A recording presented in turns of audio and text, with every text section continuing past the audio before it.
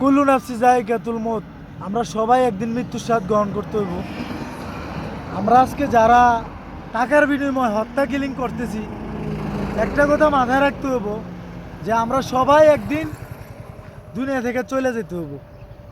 এই দুনিয়াতে কেউ থাকতে পারবো না। নির্দিষ্ট সময়, যেমন আমরা মায়ের গর্ভে যখন ছিলাম তখন একটা নির্দিষ্ট সময় ছিল, যে সময়ের পরে আমরা কিন্তু দুনিয়াতে আল্লাহ প্রেরণ করে দিছি।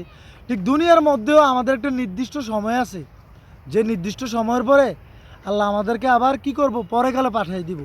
আমরা যারা টাকার বিনিময়, শত শত কোটি টাকার বিনিময়ে আমরা যারা হত্যা কিলিং করতেছি, এই টাকাগুলো কি আমাদের পরকালে কোনো আসবে? আসবে না। এই টাকাগুলো দিয়ে আমাদের পরবর্তী জন্ম কিন্তু হয়তো ভালো থাকতে পারবে, কিন্তু যারা হত্যা কিলিং করতেছেন তারা কি নিজ মাতৃভূমিতে থাকতে পারতেছেন না।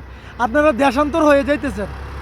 বিনিময় আল্লাহর কাছে এই দুনিয়াতেও জবাব দিতে হবে, আখিরাতেও জবাব দিতে হবে এই হত্যা কিলিংয়ের জন্য।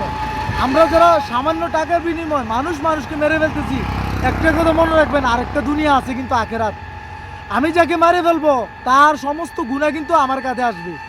আপনারা যারা টাকার বিনিময়ে হত্যা কিলিং করতেছেন, যে মাইরে ফেলতেছেন, ওর সমস্ত গুনাহ আমল আপনার কাছে আসবে, আর পরকালে এই সমস্ত হিসাবগুলো দিতে হবে।